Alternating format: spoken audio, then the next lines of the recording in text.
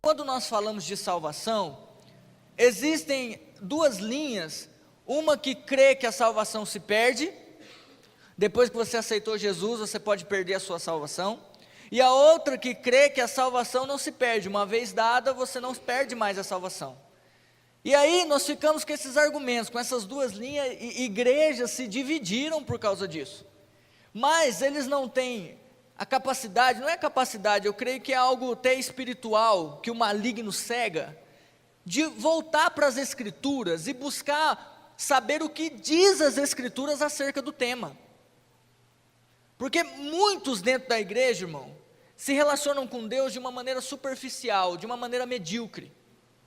Sabe, existem pessoas dentro da igreja que não conhecem as Escrituras e não conhecem acerca de Jesus e da sua obra, e aí o relacionamento é superficial, e aí a pessoa dá ouvido a tudo, a todo tipo de pregador, a todo tipo de pastor, ou a pessoa está um tempo na igreja, né? Leu alguns livros, está um tempo convertida, né? Ouviu algum pastor pregar acerca disso, e aí não foi nas Escrituras buscar mais conhecimento, porque as Escrituras por si só se explica.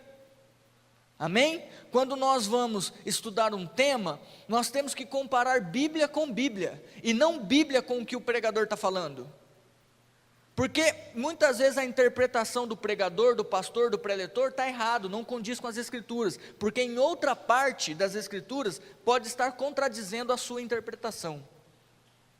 E aí as pessoas dentro da igreja investem em tudo. A pessoa investe em tudo, ela investe em roupa, ela investe em carro, ela investe em casa, ela investe em aparência exterior, mas quando fala em investir em conhecimento, sentar para aprender, aí não investe, não dá importância, e por isso tem um relacionamento superficial, e por isso que quando você vai conversar com ela acerca de algo mais profundo da palavra, ela não consegue entender, e ainda julga, e ainda muitas vezes deixa de ouvir, achando que está ouvindo uma heresia, uma baboseira, porque não tem a capacidade de investir naquilo que é mais importante, que vai carregar por toda a vida, que é o conhecimento, e o conhecimento da palavra. Amém? Se você está se encaixando aí, essa palavra é para você mesmo. Nós temos que investir no conhecimento, e como eu disse, existem algumas pessoas dentro da igreja, que por estar um tempo na igreja, acha que sabe tudo de Bíblia, já se acha um teólogo, né, e pronto para debater e refutar qualquer argumento que você venha falar a ela que ela ainda não ouviu. Eu conheço muitos assim, eu era um desses, porque eu acreditava numa linha, né, e eu ouvia um determinado pastor, e eu tinha por certo, tudo que aquele pastor falava para mim era certo, um grande pastor, um grande homem de Deus, um grande teólogo nos nossos dias, mas eu não ia comparar o que eles falavam com a Bíblia, eu não ia buscar nas Escrituras o que realmente era. Por isso que todas as vezes que você vir ao culto, e ouvir eu, o pai, ou qualquer um de nós pregarmos, você deve comparar as Escrituras àquilo que nós estamos falando, porque o que nós estamos falando deve estar testificado nas Escrituras, amém? Você não deve aceitar aquilo que não está escrito, porque o que está escrito é a verdade, porque nós não podemos determinar se um ensinamento está certo pela conduta do homem. A palavra é a verdade, independente se o homem está vivendo ou não. Aliás, o que nós pregamos é maior do que nós. O que eu prego a vocês é a palavra de Deus, e a palavra de Deus é maior do que eu mesmo. Aliás, eu estou pregando e ouvindo para que eu seja transformado também, assim como o Senhor Jesus deseja, e chegue na medida da estatura do varão perfeito, como Ele deseja, e é pela palavra que nós somos limpos. Então aquilo que nós pregamos, não pode, você não pode avaliar o que nós pregamos pela conduta do homem. Vou dar um exemplo, você olha para mim, você me conhece, e sabe que, eu dei esse exemplo de manhã, eu sou um mentiroso, ok? Você me conhece, você sabe que eu sou um mentiroso de carteirinha, mente mais que o homem da cobra. E aí eu chego aqui e digo a vocês o seguinte, que está escrito: deixai a mentira e falai a verdade uns para com os outros. Está escrito, amém? Está escrito ou não está escrito? Aí você olha para mim e me... Mas rapaz, o cara está falando isso para mim e o bicho é um mentiroso. E aí você continua na sua mentira, porque você olha para mim e me vê um mentiroso, e você acha, por direito, porque eu minto também, você pode continuar na sua mentira. Você avaliou a palavra pela minha conduta e não pela que a Escritura diz. Entendeu? Então, as Escrituras, o ponto de partida do cristão é a palavra de Deus, e não a conduta do homem. Nós podemos, guarde isso no seu coração, nós podemos julgar a conduta do homem pela palavra, mas nunca podemos julgar a palavra pela conduta do homem. Guarde isso no seu coração. Então existem esses dois tipos de pessoa, os que creem que se perde e os que creem que não se perde. E eu vou falar para você algo. Os que creem que perde a salvação, porque hoje nós entendemos que a salvação não se perde, e em nome de Jesus, se você ainda tem essa dúvida, você vai sair daqui sem ela. Amém? Eu profetizo o Espírito Santo, que nos guia a toda a verdade, que traz a revelação a nós. Eu profetizo esse Espírito agora de conhecimento e sabedoria na sua vida. Eu profetizo que o teu pensamento, a tua mente está cativa ao Senhor, e que as palavras que saírem da minha boca vão ser como flecha no seu coração, e vai produzir entendimento em você. Amém? Existem esses dois tipos de pessoas, e eu creio, irmão, que a pessoa que diante do que aprendeu, porque existem muitos aqui que aprenderam, e nós falamos muito acerca da visão dos vencedores, do reino dos céus, da salvação, nós já pregamos muito sobre isso, pregamos muito, eu já cansei de pregar sobre isso na realidade. O pai chegou em mim e falou assim: filho, nós precisamos falar de novo disso. E eu confesso, eu falei: meu Deus, eu vou falar de novo sobre isso? Eu falei: Espírito Santo, me dá um argumento diferente. E graças a Deus o Espírito Santo me deu uma linha diferente. Eu falei: eu vou por essa linha aqui, porque daí me produziu mais motivação, porque eu já falei tanto sobre isso. Mas existem dúvidas ainda, existem alguns que não creem ainda, e eu percebo, irmão, que aqueles que não creem, é que eles se acham dignos diante de Deus da sua salvação, ou eles acham bons o suficiente para manter a sua salvação, ou de repente eles olham para uma pessoa que se converteu a Cristo, mas que ainda tem áreas da vida dela que ainda não foi tratada. Você conhece alguém assim? Não. Amém? Eu tenho áreas da minha vida que precisam ser tratadas por Deus ainda. Amém? E Deus está tratando, me disciplinando, me corrigindo. E aí a pessoa olha e fala: não é possível que Deus vai me salvar como vai salvar esse. Eu não faço nada, Ele faz tudo. Eu não minto, Ele mente.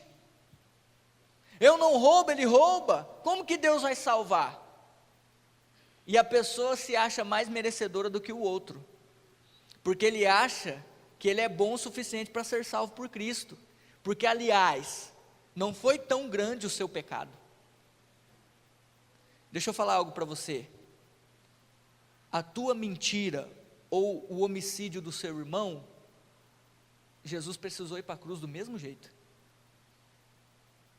A tua maledicência, ou o adultério do seu irmão, Jesus precisou ir para a cruz do mesmo jeito, condenou ele do mesmo jeito.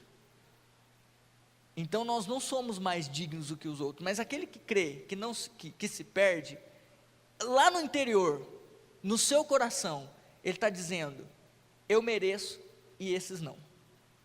Mas vamos para a palavra de Deus? Amém? Vamos conhecer o que Deus... Eu tenho 45 minutos para pregar, se não der tempo nós vamos a mais, amém? Quem está comigo aí? Amém. Glória a Deus. prepara o teu coração, se ajeita na cadeira. Se a pessoa dormir do seu lado, você dá um cutucão nela, fala, não dorme não. Amém? Vamos aprender sobre esse tema que é muito importante. Eu quero começar com uma pergunta. Para que Jesus veio ao mundo? Para que Jesus veio ao mundo? Para que Jesus precisou esvaziar da sua glória e vir ao mundo? Mateus 18, 11. Vai projetar aqui, não precisa abrir. Não avisei, né? Nós vamos ler muitos textos, então nós vamos projetar. Cris, vira essa bolinha aqui para apagar essa luz, para ficar melhor para eles verem. Aí, melhorou. Porque o Filho do Homem veio salvar o que se tinha perdido. Então Jesus veio salvar aquele que se havia perdido. Quem se perdeu? A humanidade. Começou em Adão, mas a humanidade se perdeu. Se perdeu do quê? Dos caminhos do Senhor, da vida de Deus, por causa do pecado. Então Jesus veio ao mundo para salvar o que se havia perdido. Olha o que diz em Lucas 5, 31 e 32. E Jesus respondendo disse-lhes, não necessitam de médicos os que estão sãos, mas sim os que estão enfermos. E eu não vim chamar os justos, mas sim os pecadores ao arrependimento. Jesus veio salvar o pecador, porque pecar é errar o alvo. Jesus tem um plano, determinou um projeto para a nossa vida, determinou um plano para Adão, e quando Adão pecou, ele se desviou desse plano, ele mudou o alvo era esse, e ele está indo para outro rumo. Jesus veio nos colocar na rota novamente, Jesus veio nos salvar novamente. Agora, quem precisa de Cristo? Os pecadores. Quem é justo, não precisa de Jesus, amém? Quem precisa ceiar? Os pecadores. Quem não tem pecado não precisa de ceia, porque a ceia é Cristo. A ceia, o pão é o corpo, o suco de uva é o sangue, e o corpo de Cristo e o sangue de Cristo faz o quê? Ele é o Cordeiro de Deus que tira o pecado do mundo, foi dado a nós para nos resgatar, entendeu? Então ele veio chamar os pecadores ao arrependimento. Então, para que Jesus veio ao mundo? Salvar o homem da condenação, da morte eterna. Quando o homem pecou, querido, ele atraiu para si condenação. E qual é a condenação do pecado? O salário do pecado é a morte. Trouxe para si morte, condenação. Jesus veio resgatar, salvar o homem da condenação. E o que é salvação? Pergunta por irmão, o que é salvação? A gente fala tanto de salvação e às vezes não sabe nem o que é. Salvação é a vida eterna de Deus em nós. É justamente voltar para a rota. É justamente estar na direção para atingir o alvo. Aquilo que o Senhor sonhou no início para o homem. Porque o homem não nasceu pecador, querido. Amém? O homem não nasceu condenado. O homem nasceu para desfrutar da vida de Deus, de uma vida eterna, de uma vida com Ele, de uma vida abundante. Mas o homem fez as escolhas erradas, e com as escolhas erradas veio a consequência. E uma das principais consequências é a separação total de Deus, que é a morte eterna. Então a salvação é a vida eterna de Deus dentro de nós. Olha o que diz 1 João capítulo 5, versículo 11. E o testemunho é este, que Deus nos deu a vida eterna, e esta vida está em seu Filho. Quem tem o Filho tem a vida. Quem não tem o Filho de Deus não tem a vida. Próximo. Estas coisas vos escrevi a vós, os que credes no nome do Filho de Deus, para que saibais que tendes a vida eterna, e para que creiais no nome do Filho de Deus. Então, a salvação que Deus veio fazer, que Jesus veio nos dar, é fazer com que a vida eterna de Deus entre dentro de nós. É nos fazer com que nós sejamos participantes da natureza de Deus. Então Jesus, ele veio nos salvar, veio nos resgatar, veio nos reconciliar com o Pai. E querido, quando nós falamos de pecado, de condenação, porque todo aquele que peca é passivo de condenação, sim ou não? Porque Deus é justo. E quem cobra a dívida é Deus, não é o diabo. Querido, você não tem dívida nenhuma com o diabo. A sua dívida é com Deus. O diabo, como ladrão, que veio para matar, roubar e destruir, ele usa do pecado e das suas escolhas erradas para te destruir. E aí você pensa que Jesus veio pagar a dívida do diabo. Que diabo que nada, irmão. Nós não devemos nada para o diabo. Na realidade, nós vamos tomar o que ele roubou de nós, por meio de Jesus. Porque ele usurpou, ele roubou a tua paz, a tua alegria, a sua vida. Porque ele usou das escolhas erradas que nós fizemos e do pecado, porque nós pecamos contra Deus. Amém? Então quem vai cobrar a dívida é Deus. E Deus é justo. Ele precisa condenar o homem. Porque ele deu toda a condição de o homem viver na sua presença sem pecado. Adão tinha tudo. Mas Adão escolheu o pecado. Escolheu uma vida sem Deus. E Deus disse: não peca, vai ter consequência. Deus ainda avisou. E assim como Deus faz conosco, e ainda a gente continua, né? Vai ter consequência. O homem mesmo assim pecou. E trouxe a morte. A corrupção entrou no mundo. E a humanidade se corrompeu cada vez mais, a morte passou a todos os homens, como nós vamos ler, e todos pecaram. Eu e você pecamos, e a dívida estava sobre nós. Deus precisava cobrar a sua dívida, só que Deus é amor. E agora? Como que o amor vai condenar? Você condena quem você ama? Hã? Você mataria quem você ama? Fala sério. Imagine Deus que é bom. E aí, Deus nos amou tanto que enviou o Filho para pagar a dívida. Entendeu? Então por que Jesus precisou vir ao mundo salvar o homem? Por que Jesus precisou vir ao mundo? Querido, eu estou te dando algumas perguntas para que esclarecer na sua mente o que é salvação. Essas perguntas podem determinar o seu conhecimento. Vão te trazer luz, porque o mundo acha que nós somos tudo louco, né? Eles creem numa loucura.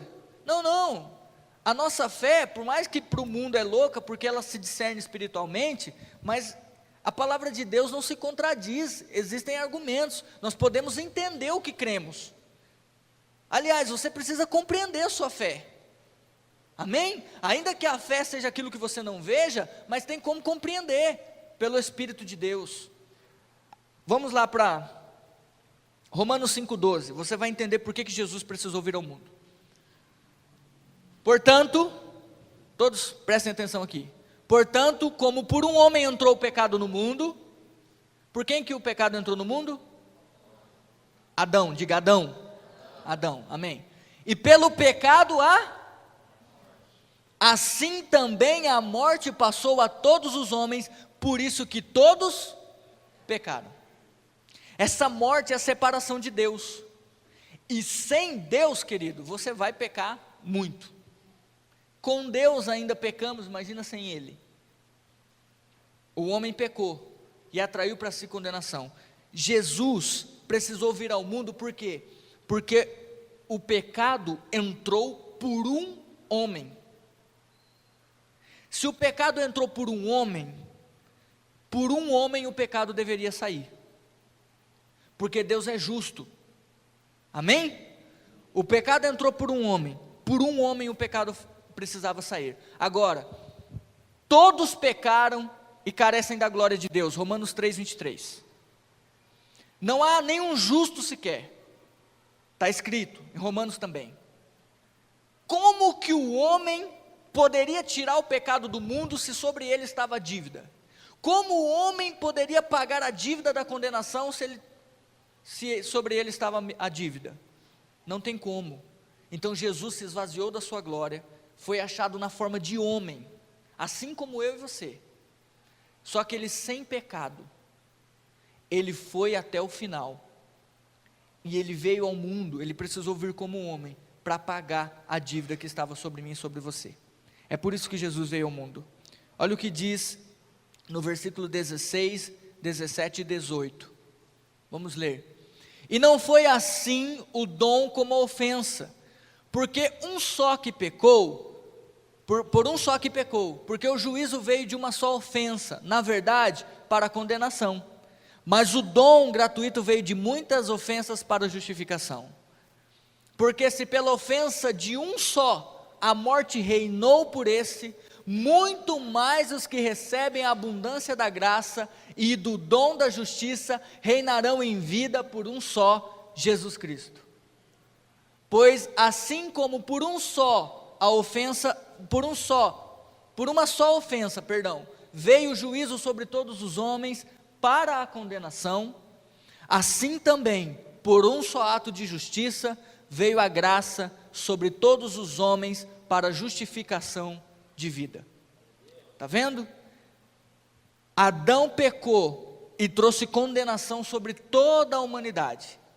Jesus viveu como homem, sem pecado, morreu a minha e a sua morte, foi condenado na cruz, pagou a dívida e livrou todo aquele que crê de toda a condenação.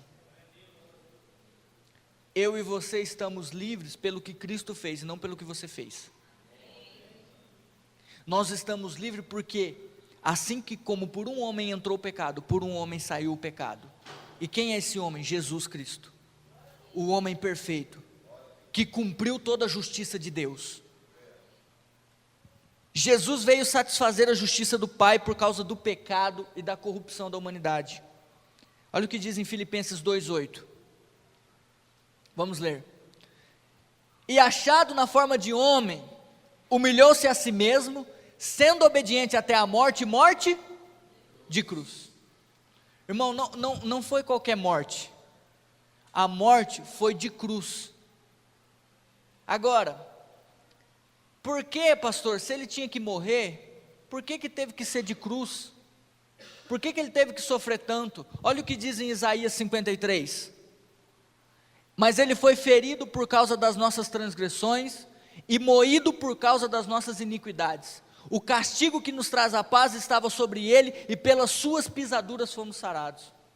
Ele foi moído, foi ferido, castigado, açoitado. Por que precisou ser assim? É saber que foi por causa do meu e do seu pecado que ele sofreu o que sofreu. Pelo amor que o Pai nos amou e nos ama,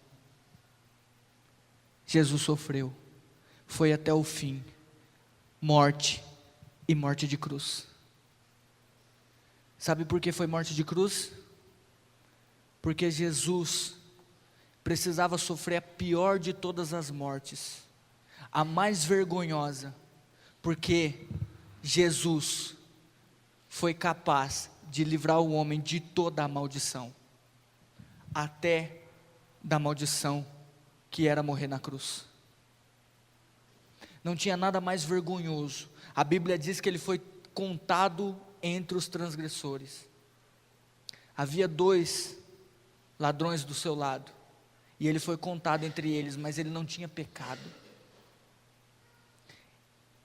Pai exerceu todo juízo.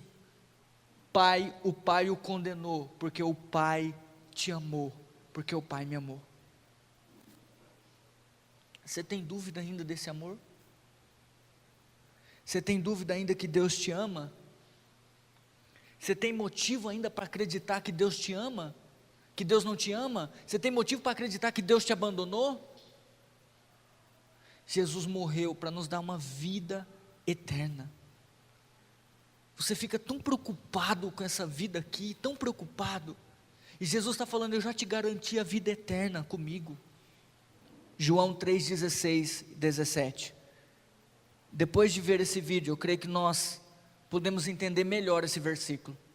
Porque Deus amou o mundo de tal maneira que deu o seu Filho unigênito, para que todo aquele que nele crê não pereça, mas tenha vida. Olha o versículo 17. Porque Deus enviou o seu Filho ao mundo, não para que condenasse o mundo, mas para que o mundo fosse salvo por ele. A causa da nossa salvação foi o amor do Pai. Esse amor foi revelado na pessoa de Cristo, para todo aquele que crê. Olha o versículo, acabamos de ler João 3, Romanos 5, 8, olha o que diz: Deus prova o seu amor para conosco, em que Cristo morreu por nós, sendo ainda pecadores. Deus morreu por mim e por você, quando éramos pecadores, inimigos da cruz, inimigos de Deus, inimigos, contrários à sua vontade. Olha o que diz alguns outros versículos. 2 Coríntios 5,14, revelando o amor do Pai. Porque o amor de Cristo nos constrange. Constrangeu você esse amor? Sim ou não? Julgando nós assim, que se um morreu por todos, logo todos morreram. Olha o versículo 17. E tudo isto provém de Deus, que nos reconciliou consigo mesmo por Jesus Cristo, e nos deu o ministério da reconciliação. Próximo. Isto é, Deus estava em Cristo reconciliando consigo o mundo, não lhes imputando os seus pecados, e pôs em nós a palavra da reconciliação. Sabe o que Deus fez por meio de Cristo? Você tem pecado, o salário do pecado é a morte, é justo eu te condenar, é justo você pagar pelo seu erro, mas eu vou enviar o meu filho para pagar no seu lugar. Eu te amo e eu não vou te perder. O meu filho vai morrer no seu lugar, para que você seja reconciliado comigo mesmo. Querido, não fomos nós que fomos até Deus pedir perdão, foi Ele que veio com o seu perdão e o seu amor até nós. Até isso Deus fez por nós. Olha o que diz em Efésios 2, versículo 1. E vos vivificou, estando vós mortos em ofensas e pecados, em quem no outro tempo andaste segundo o curso deste mundo, segundo o príncipe da potestade do ar, do espírito que agora opera nos filhos da desobediência, entre os quais todos nós também antes andávamos, nos desejos da nossa carne, fazendo a vontade da carne e dos pensamentos, e éramos por natureza filhos da ira, como os outros também. Mas Deus, que é riquíssimo em misericórdia, pelo seu muito amor com que nos amou, estando nós ainda mortos em nossas ofensas, nos vivificou juntamente com Cristo, pela graça sois salvos. É quando você era pecador, morto na ofensa, andando no mundo, segundo a sua vontade, as suas escolhas, Deus morreu por você, Jesus morreu por você, quando você estava lá, Ele provou o seu amor. Eu vou morrer por você. Romanos 8:37. Mas em todas as coisas somos mais do que vencedores, por quem? Por aquele que nos amou. Porque estou certo de que nem a morte, nem a vida, nem os anjos, nem os principados, nem as potestades, nem o presente, nem o porvir, nem a altura, nem a profundidade, nem alguma outra criatura nos poderá separar do amor de Deus que está em Cristo Jesus nosso Senhor.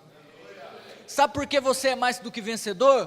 Porque Ele te amou, e não é pelo que você fez ou faz. Você é mais do que vencedor porque Ele te amou. E sabe que nada, nem você mesmo pode separar Deus, pode separar você do amor de Deus. Deus te ama, independente do que você faz, deixa de fazer, independente do que você vai fazer ao sair daqui, independente da maneira como você vive sua vida, Ele te ama, e Ele provou o seu amor enviando o seu Filho, quando você nem ouviu falar de Jesus. Quando você nem conhecia Cristo, Ele já olhou para você e falou: eu vou morrer por Ele, eu vou elegê-lo, eu vou salvar, tão somente pelo seu amor e sua graça. Não tem obra humana. Vocês estão entendendo? Tudo que eu estou falando acerca da salvação, eu estou mostrando os textos, para que você veja que o que eu estou falando não é de mim, é o que está escrito. Está difícil de entender os textos? Se explicam por si só. Amém? Eu quero deixar aqui para você o conceito da salvação. Você vai sair daqui sabendo tudo sobre a salvação. Quando nós entendemos e lemos o último versículo, que é pela graça que nós somos salvos, em Efésios 2, nós vamos entender que o conceito da salvação é que é totalmente pela graça, ou seja, ela é de graça, não teve obra humana, totalmente gratuito, e por graça, foi a graça do Pai, o amor do Pai, e ela é mediante a fé. Olha o que diz Romanos 3, 24, sendo justificados como? Diga comigo, gratuitamente, pela sua graça, pela redenção que há em Cristo Jesus. Não foi de graça, Jesus precisou pagar o preço, mas para mim e para você, de graça, nós somos justificados gratuitamente, pela graça do Pai, pela obra de Cristo, ao qual Deus propôs para propiciação, pelo qual motivo? Fé, diga, é por fé, no seu sangue, para demonstrar a sua justiça pela remissão dos pecados dantes cometidos sob a paciência de Deus, para a demonstração da sua justiça nesse tempo presente, para que Ele seja justo e justificador daquele que tem o quê? Fé em Jesus. Sabe como que Deus nos justifica? Pergunte como? Crendo em Cristo, você é justo, pela fé. Pastor, não precisa fazer mais nada, não, é só fé. Justificador daquele que tem o quê? Fé. Está falando fé e obras? Não, a Bíblia não, irmão, se tem uma coisa que Deus não é burro. Se fosse pelas obras, ia estar ali uma vírgula, ou ia estar um E, que significa adição, ia estar lá, fé e obras em Jesus, mas não está, é porque é somente pela fé, e o motivo foi a graça, o amor incondicional. Nós precisamos de motivos para amar, geralmente, nós precisamos fazer algo a alguém para sermos amados, é assim ou não é? Deus não, você não fez nada, aliás, era inimigo dele, desobediente, escolheu o próprio caminho, uma vida longe da presença de Deus, mas mesmo assim Ele te amou, e Ele foi ao seu encontro, para te dar a salvação, a vida eterna. Olha o que diz em Romanos 5, 1 e 2, acho que tem um versículo 28 ainda, né? Concluímos, pois, que o homem é justificado pela fé. Olha aí, eu acabei de falar que não tinha nada de obra, olha o versículo, provando. É justificado pela fé sem as obras? Pronto. Não tem obra nenhuma. Olha o que diz Romanos 5, 1 e 2. Tendo sido, pois, justificados pela fé, temos paz com Deus por nosso Senhor Jesus Cristo, pelo qual também temos entrada pela fé a esta graça, na qual estamos firmes e nos gloriamos na esperança da glória de Deus. Pela fé você tem paz e entrada a esta graça, porque pela fé você recebeu a graça, e a graça é um favor que você não merece. Graça é você receber o que não merece, isso é graça. Agora, querido, se Deus te deu o que você não merece, amém? Você crê que a salvação você não merece? Amém? Ele te deu sem você merecer, por que Ele tomaria de volta? Ele te deu sem você merecer, qual que é o motivo para ele tomar de volta? Só há um motivo para ele tomar de volta. Só há um motivo para tomarmos de volta o que demos. Quem tem filho pequeno aqui? Você fala para o teu filho, eu vou te dar um brinquedo, certo? Geralmente os pais fazem barganha com os filhos. Geralmente é assim. Se você for obediente, o papai e a mamãe te dá o videogame. Amém? Então ele tem que fazer por merecer para ter o videogame. Sim ou não? Se ele não fizer por merecer, o que você faz? Não deixa ele brincar com o videogame. Toma o videogame. Agora, se você der o videogame sem ele merecer, o que ele fizer é motivo para você tomar o videogame? É só para você refletir. Vamos ler mais alguns textos. Romanos 5, 8 a 11. Mas Deus prova o seu amor para conosco, olha aí, em que Deus morreu por nós, sendo nós, sabe por que ele está dizendo isso? Porque depois que nós aceitamos a Cristo e a nossa vida dá uma endireitada, nós começamos a se achar justos diante de Deus, e aí a gente já começa a achar que merece a salvação pelas nossas condutas, pela nossa conduta, é ou não é verdade? E aí Deus está dizendo, eu vou mostrar para eles que não é pela conduta deles, eu provei o amor em que Cristo morreu quando você era pecador, quando você não tinha condição nenhuma, não merecia nada, inimigo meu, logo muito mais agora, tendo sido justificado pelo seu sangue, seremos por ele salvos continua, porque se nós, sendo inimigos, fomos reconciliados com Deus pela morte do seu Filho, muito mais, tendo sido já reconciliados, seremos salvos pela sua vida. E não somente isso, mas também nos gloriamos em Deus por nosso Senhor Jesus Cristo, pelo qual agora alcançamos. Se você, quando era inimigo, Ele te reconciliou, querido, eu estou falando alto para você não dormir, mas agora que você é dele, que você está na presença dele, você acha que ele vai te condenar? Se quando você era inimigo ele te reconciliou, deu a vida para você, você acha que ele vai tomar agora? Agora que você está começando a andar com ele, agora que você tem acesso ao trono por meio de Cristo, agora que você conheceu a Cristo e creu, Romanos 8:1. Portanto, agora nenhuma condenação há para os que estão em Cristo Jesus, que não andam segundo a carne, mas segundo, não há mais condenação. Diga para o teu irmão, não há mais condenação para os que estão em Cristo. Quem está em Cristo aqui, levanta a mão. Se você tem dúvida se está em Cristo ou não, vou te dizer, se você creu que Jesus Cristo é o Senhor e Salvador, você está nele, porque é pela fé que nós entramos à graça, é pela fé que nós recebemos a graça, amém? É pela fé que nós recebemos a Cristo. Romanos 10, irmãos, está muito cansativo, querido?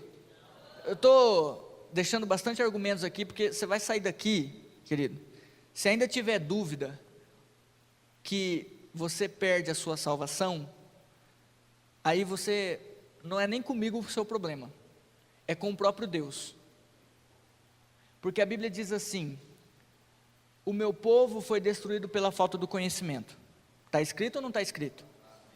Aí ele vai continuar, porque rejeitaste o conhecimento, eu rejeitei a ti. Então, o Deus pode estar te rejeitando de alguma forma, para que você não conheça a verdade. Aí já não é comigo o problema, porque eu estou só lendo. Eu não estou nem pregando, eu só estou lendo a Bíblia com você. Você mesmo, através da palavra, está tendo entendimento do que eu estou falando. Amém? Irmãos, o bom desejo do meu coração e a oração a Deus por Israel é para a sua salvação, porque lhes dou testemunho de que tem zelo de Deus, mas não com entendimento. Porquanto, não conhecendo a justiça de Deus e procurando estabelecer a sua própria justiça, não se sujeitaram à justiça de Deus, porque o fim da lei é Cristo para a justiça de todo aquele que... Sabe qual foi o problema de Israel? Pergunte qual? Israel se achava justo diante de Deus. Eu sou digno diante de Deus para receber a salvação. Afinal, eu nem tenho tanto pecado assim. E o problema foi a justiça própria deles. Impediram eles de conhecer a Cristo. Porque tentavam se justificar pelas suas obras, pelas obras da lei. E o homem que tenta se justificar diante de Deus pela sua conduta, decaiu da graça, não pode receber a justiça de Cristo. Porque se você peca num só ponto, você peca em toda a lei. Então não há como você se justificar diante de Deus pelas suas obras. E por isso que nós somos justificados quando cremos em Cristo, porque foi pela obra dele e não pela minha nem pela sua. Você pode dar um glória a Deus por isso? Foi porque ele sofreu e ele cumpriu toda a justiça do Pai. E hoje nós somos justos em Cristo por meio da fé. Não é pelas nossas obras, não é pela nossa conduta. Irmão, você pode dizer com todas as letras: eu sou a justiça de Deus em Cristo. Pastor, eu tenho um monte de pecado, uma pecadaiada. Irmão, eu sei, mas Deus Pai olha para você como justo. Como assim? Porque Ele olha a sua vida através de Cristo. É assim, está escrito. Você crê que Jesus é o Filho de Deus? Você é justo. Tem algumas pessoas que ainda não creram. Vamos para o próximo. Até o final desse culto você vai crer, em nome de Jesus.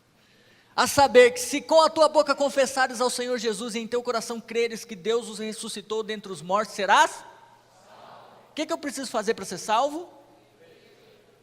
Confessar o Senhor Jesus, porque visto que com o coração se crê para a justiça e com a boca se faz confissão para? É só crer com o coração e confessar com a boca. Só. Estou salvo. Está salvo. Sabe qual que é a maior prova disso? Pergunte, qual? O ladrão da cruz do lado de Cristo. Eu, na realidade, creio que ele já era crente.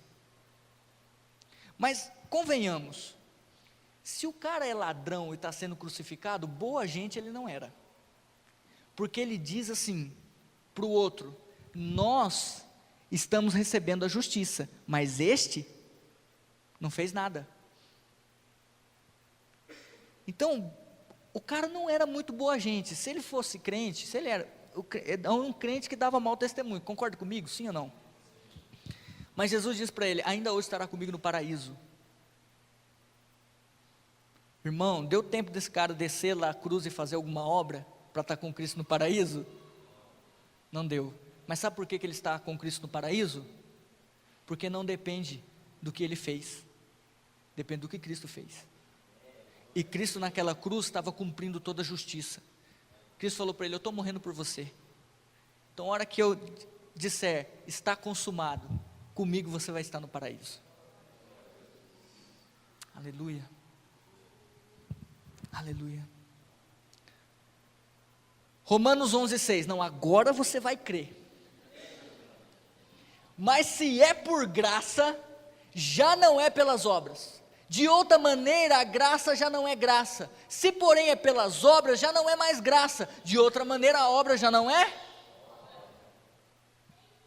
Está escrito aí, tá ou não está? Irmão, depois, anota o texto, para depois você ver se está esses versículos na sua Bíblia.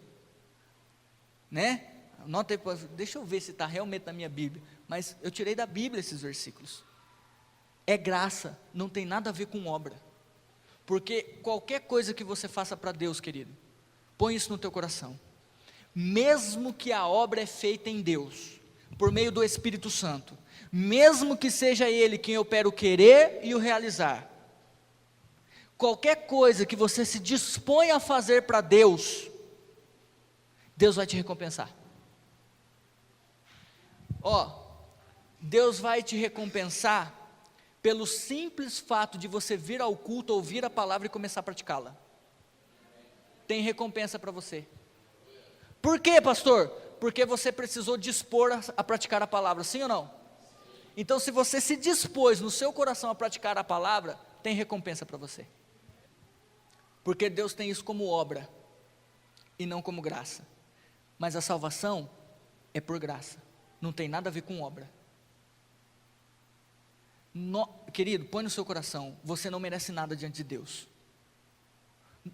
Ai, pastor, eu jejuei, por isso que Deus me deu. Não foi porque você jejuou. Põe isso no seu coração. Por que Deus me deu? Pela graça. O jejum só foi uma preparação para você receber. Como assim? Deus precisa te preparar para receber as coisas, senão você se desvia fácil. Então Deus vai fazer um jejuzinho para eu te preparar. Mas não foi pelo jejum, não foi pela sua muita oração, foi simplesmente pela graça. Amém? Efésios 2, 8 e 9. Porque como que nós somos salvos? Diga graça. Sois salvos por meio da fé. E isso não vem de vós, é dom de Deus, não vem das obras para que ninguém se glorie. Salvo pela graça, favor imerecido de Deus, por meio da fé. Que fé? Aquela que cremos em Cristo. E detalhe, até essa fé veio dele. Porque ninguém creu em Cristo sem antes ouvir a palavra. Ninguém creu em Cristo sem antes ouvir que Ele é o Senhor, que Ele é o Messias. Porque a Bíblia diz que o Evangelho é o poder de Deus para a salvação de todo o que crê. Agora, essa fé foi gerada no seu coração pela palavra que Ele ministrou a você. Então até a fé não veio de você, veio dele. Não tem ação humana nenhuma. Está claro aqui, querido? Que não tem obra sua? Amém? Quando nós cremos com o nosso coração e confessamos com a nossa boca, nos tornamos filhos e participantes da natureza de Deus. Olha o que diz João 1,12. Mas a todos quantos o receberam deles o poder de serem feitos filhos de Deus. Como? Aos que creem no seu nome. Quando você creu, é filho de Deus quem crê em Cristo. Porque quando nós cremos em Cristo, nós nos tornamos filhos de Deus. Por quê? 1 Coríntios 6,17 vai dizer que o que se ajunta com o Senhor é um só espírito com Ele. Olha lá. E 2 Pedro 1,4, pelas quais Ele nos tem dado grandíssimas e preciosas promessas, para que por elas fiqueis participantes da natureza divina. Agora nos tornamos filhos, o Espírito Santo entra dentro de nós e nós somos participantes da própria vida de Deus. E a vida com que Deus vive é uma vida eterna. Deus é eterno, sim ou não? Sim. A vida com que Ele vive é uma vida eterna, e essa vida entrou dentro de mim e entrou dentro de você. Agora, como algo que é eterno vai perecer, querido? Como algo que é eterno vai acabar? Não tem como. Se a vida eterna entrou dentro de você, ela não sai mais. Porque agora você é participante da natureza divina, por causa das promessas que o Pai nos prometeu por meio de Jesus. Então somente isso. E uma vez filho, sempre filho. Quem aqui tem filho? Se o seu filho matar, roubar, matar, andar nas drogas, ele deixa de ser seu filho? Sim ou não? Independente do que ele faça, ele não deixa de ser seu filho.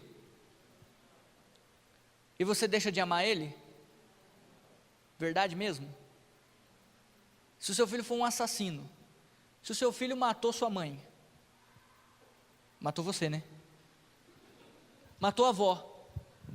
Tem casos assim? Claro que tem. Tem família, tem filhos que matam a avó por causa de dinheiro. Você tem um filho, e ele assassinou a sua própria mãe. Ele deixou de ser seu filho?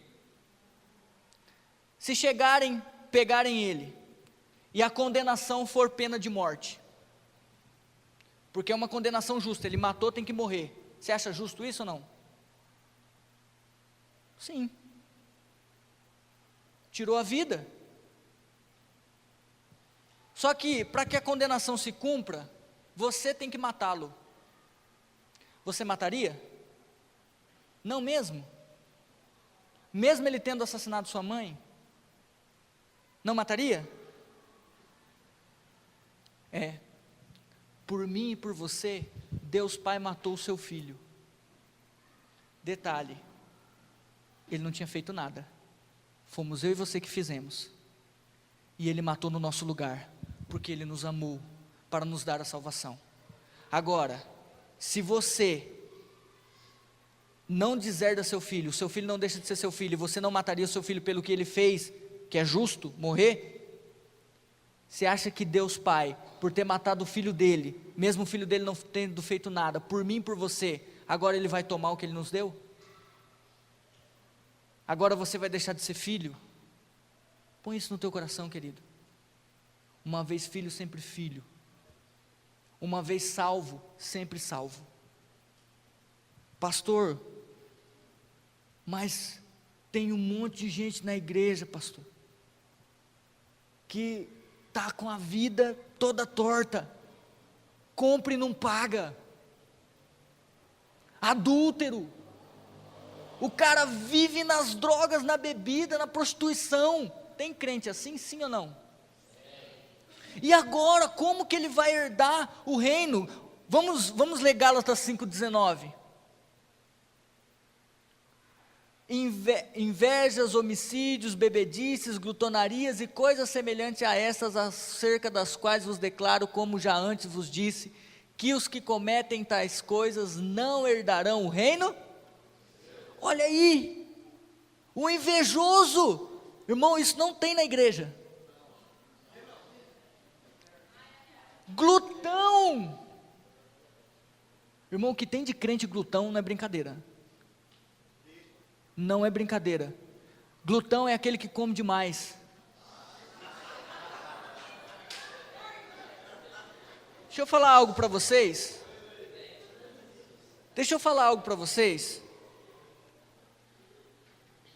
O encontro com Deus foi algo tremendo. Uma das coisas que foi mais tremenda lá foi a comida.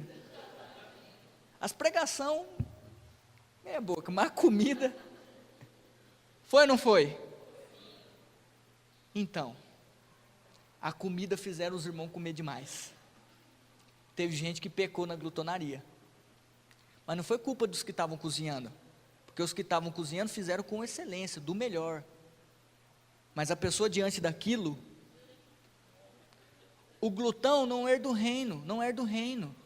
Então, querido, aqui não está falando de salvação, está falando do reino de Deus, e se Deus quiser o próximo domingo, quantos marcam presença no próximo domingo? Falaremos acerca do reino dos céus, porque toda a disciplina de Deus agora, não é mais para condenação, mas sim para nos aperfeiçoar, para herdarmos o reino de Deus. Toda a disciplina do Pai, se coloque de pé. Toda a disciplina de Deus nas nossas vidas, querido, não se engane, de Deus não se zomba, tudo que o homem plantar, ele vai colher, está no mesmo livro de Gálatas, tudo que o homem semear, ele vai colher. Então não pense você, que porque ele creu, agora Deus não vai discipliná-lo e não vai julgá-lo. Jesus vai julgar segundo as suas obras, mas não para condená-lo à morte eterna mais, mas para discipliná-lo e aperfeiçoá-lo, porque é através da disciplina que nós somos transformados. A nossa alma e o nosso caráter é formado através da disciplina de Deus. Amém?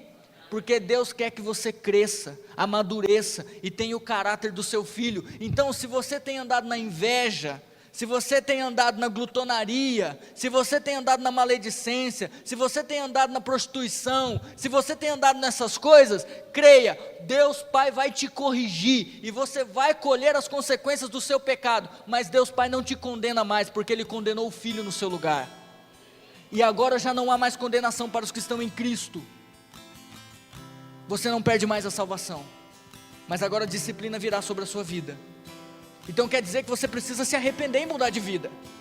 porque senão você sofrerá consequências, mas te condenar, Deus não te condena mais, porque nenhum pai condena o filho.